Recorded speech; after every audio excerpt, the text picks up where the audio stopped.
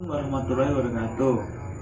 Perkenalkan, kami dari kelompok 8 akan mempresentasikan hasil dari diskusi kami, yaitu mengenai bab problematika dalam pembiayaan dan kemitraan usaha kecil.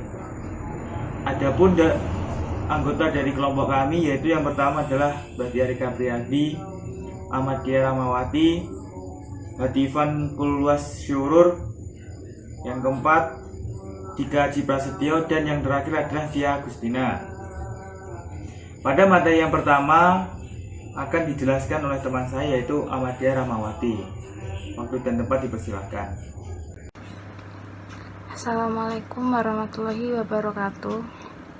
Saya Ahmadiyah Rahmawati akan menjelaskan tentang pola-pola kemitraan dan diversifikasi usaha.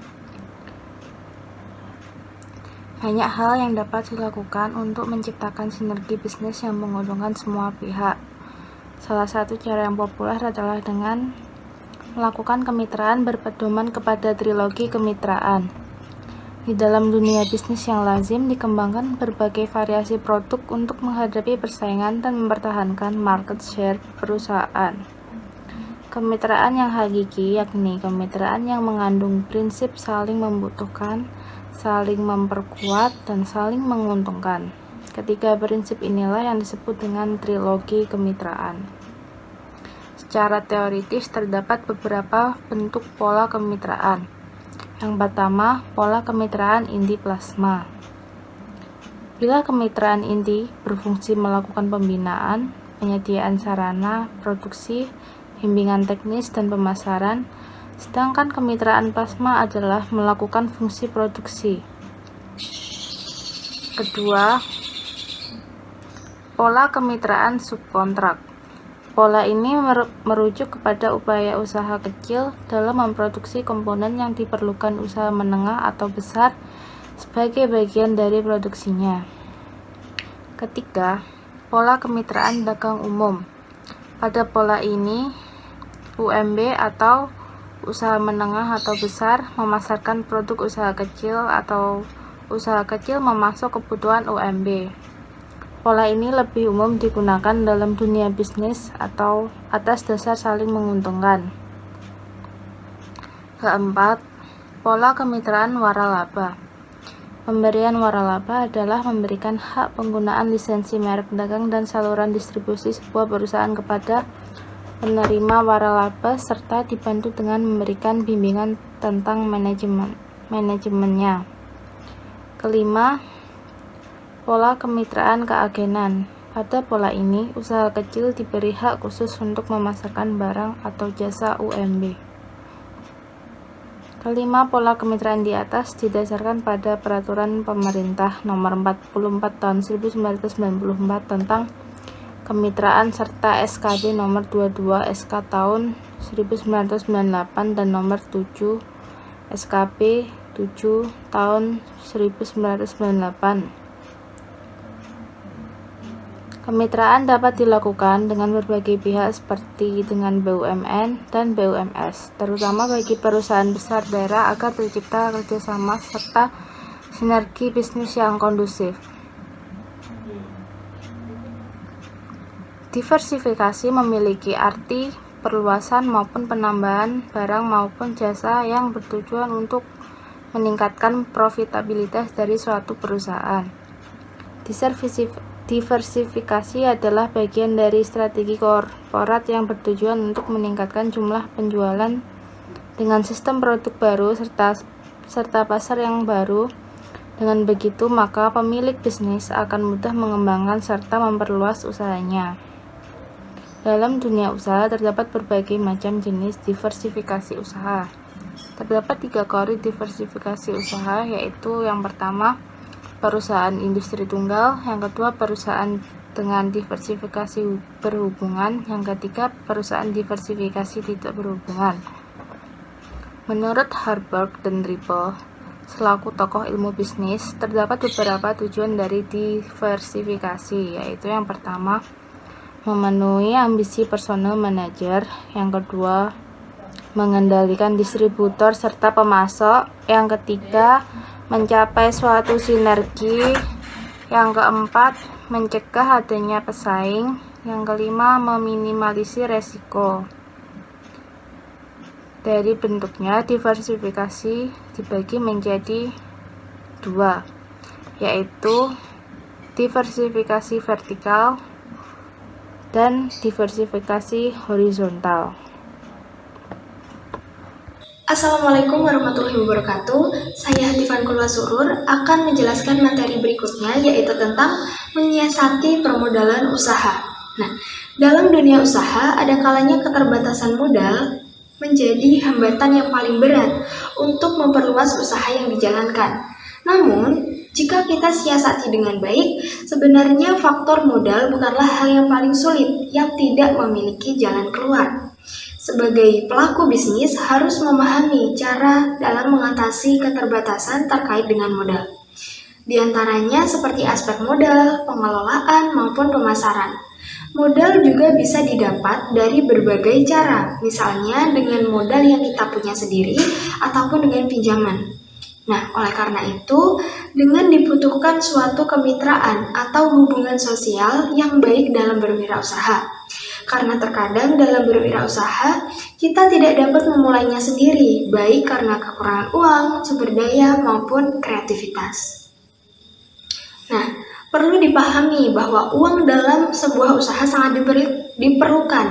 Yang menjadi persoalan di sini bukanlah penting tidaknya modal, karena keberadaannya memang sangat diperlukan. Akan tetapi bagaimana mengelola modal secara optimal sehingga bisnis yang dijalankan dapat berjalan dengan lancar. Untuk cara menyiasati permodalan usaha, yaitu bisa dilakukan dengan 1. Pola pikir wirausahanya. Nah, pola pikir di sini seorang wirausaha adalah pola pikir yang produktif, kreatif, inovatif. Karena pola pikir seperti inilah yang dibutuhkan oleh semua para wirausaha untuk menjalankan suatu usaha. Pola pikir yang seperti ini akan membantu lebih fokus menghadapi tantangan dan perlahan-lahan mengembangkan usaha. Kedua, yaitu antara rencana dan mitra bisnis. Nah, seseorang dengan pola pikir entrepreneur akan mencari cara terbaik untuk memastikan bisnisnya dapat berjalan meski memiliki modal terbatas. Salah satu langkah yang ditempuhnya adalah dengan mencari mitra bisnis. Ketiga, yaitu bekerja paruh waktu hingga investasi. Modal minim selama merintis usaha juga dapat diatasi dengan menjalankan investasi yang dilakukan pada usaha Anda. Anda dapat menambah modal dengan menjalankan investasi dari para investor yang tertarik dengan prospek keuntungan bisnis yang Anda rintis. Tentunya, investor yang harus Anda pilih adalah investor terpercaya yang mampu menilai bisnis Anda. Dengan investasi ini, Anda dapat menambah modal sehingga bisnis dapat berkembang dengan sukses. Selanjutnya yaitu fokus mulai dari yang ada. Nah, kalau seperti ini, kita bisa memanfaatkan sesuatu yang sudah ada. Beberapa calon pengusaha justru gagal memulai bisnisnya hanya karena terbatasnya modal uang untuk membangun atau menyewa tempat usaha. Padahal, kondisi tersebut dapat diatasi dengan memanfaatkan garasi di rumah sebagai tempat usaha atau tempat-tempat lain yang sudah tersedia. Dan jika tidak memungkinkan, Anda bisa menyiasatinya dengan membuat toko online. Nah, di toko online ini Anda tidak memerlukan tempat tetap, tapi tetap dapat menjalankan usaha sekaligus melakukan promosi. Selanjutnya yaitu mengajukan pendanaan kala modal minim. Cara lain yang dapat dilakukan untuk mengatasi modal minim selama merintis usaha adalah dengan mengajukan pinjaman modal usaha. Cara ini dapat dikatakan sebagai jalan pintas untuk Anda, para pemilik usaha yang membutuhkan tambahan modal usaha dengan cepat dan praktis. Nah, sekian yang dapat saya sampaikan, kira-kira seperti itu. Mohon maaf jika terjadi kesalahan. Wassalamualaikum warahmatullahi wabarakatuh. Baiklah, materi selanjutnya yaitu adalah kompetensi pengelolaan dana PUKK. Pernyataan Rektor Universitas Trisakti Tobimutis 12 Maret 2012 di Hari Bisnis Indonesia Terbahan jadikan wacana yang menarik untuk telah dikaji secara mendalam. Tetapi menarik antara berbagai kepentingan sampai saat ini masih saja terjadi paradigma baru pembinaan UMKM UKMK saat ini adalah berdasarkan pemilihan dua segmen, yaitu unsur pembinaan dapat ditangani oleh instalasi pemerintahan terkait, adapun unsur pembiayaan dapat ditangani oleh instalasi pemerintahan terkait, adapun unsur pembinaan dapat ditangani oleh lembaga keuangan bank dan non-bank. Penyaluran PUKK ini memang terkesan dilakukan oleh masing-masing BUMN di suatu provinsi dan dikoordinir oleh salah satu BUMN. Semua BUMN tersebut biasanya melakukan rapat koordinasi berkaitan dengan evaluasi kegiatan dalam setahun karena masing-masing BUMN mempunyai program kerja tersendiri, sehingga dana yang habis tersalurkan dan ada pula yang tidak dapat tersalurkan karena alasan tertentu. Pihak BUMN tersendiri, yaitu yang terakhir ini memang sangat menyedihkan karena meskipun mereka beroperasi di suatu wilayah tetapi bentuk tanggung jawab sosialnya tidak ada. Kedua kelompok BUMN yang terakhir banyak mendapatkan sorotan publik. Biasanya dinolkan posisinya di setiap tahunnya karena tidak lagi seperti pada masa yang lalu. Biasanya harus dikembalikan ke pusat berbicara tentang kompetisi tertentu berkaitan dengan aturan main yang telah diterapkan, artinya BUMN harus menyalurkan dana sesuai dengan surat keputusan Menteri Keuangan.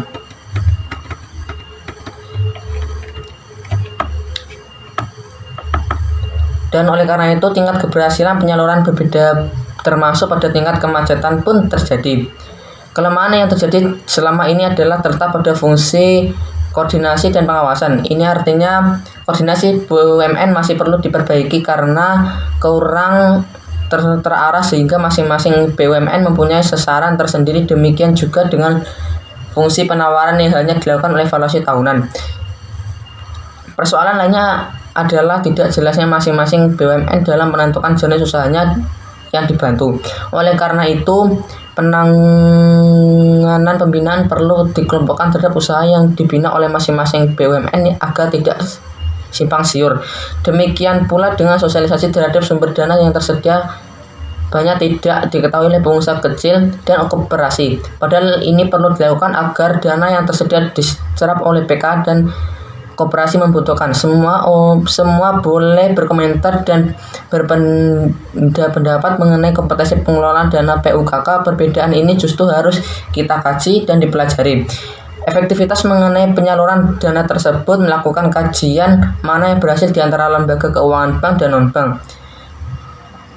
Selanjutnya akan disampaikan oleh pemateri berikutnya. Semua boleh berkomentar dan berpendapat mengenai kompetensi pengelolaan dana PUKK. Perbedaan ini justru harus kita kaji dan dipelajari. Efektivitas mengenai penyaluran dana tersebut melakukan kajian mana yang berhasil di antara lembaga keuangan bank dan non-bank. Selanjutnya akan disampaikan oleh pemateri berikutnya.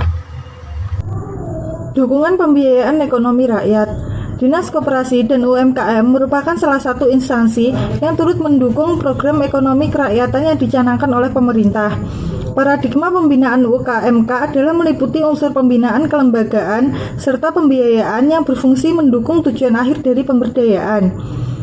Dalam pembangunan sebuah usaha dibutuhkan dukungan secara material dan non-material. Lambannya akumulasi kapital di kalangan pengusaha mikro, kecil, dan menengah merupakan salah satu penyebab lambannya laju perkembangan usaha dan rendahnya surplus usaha di sektor usaha mikro, kecil, dan menengah.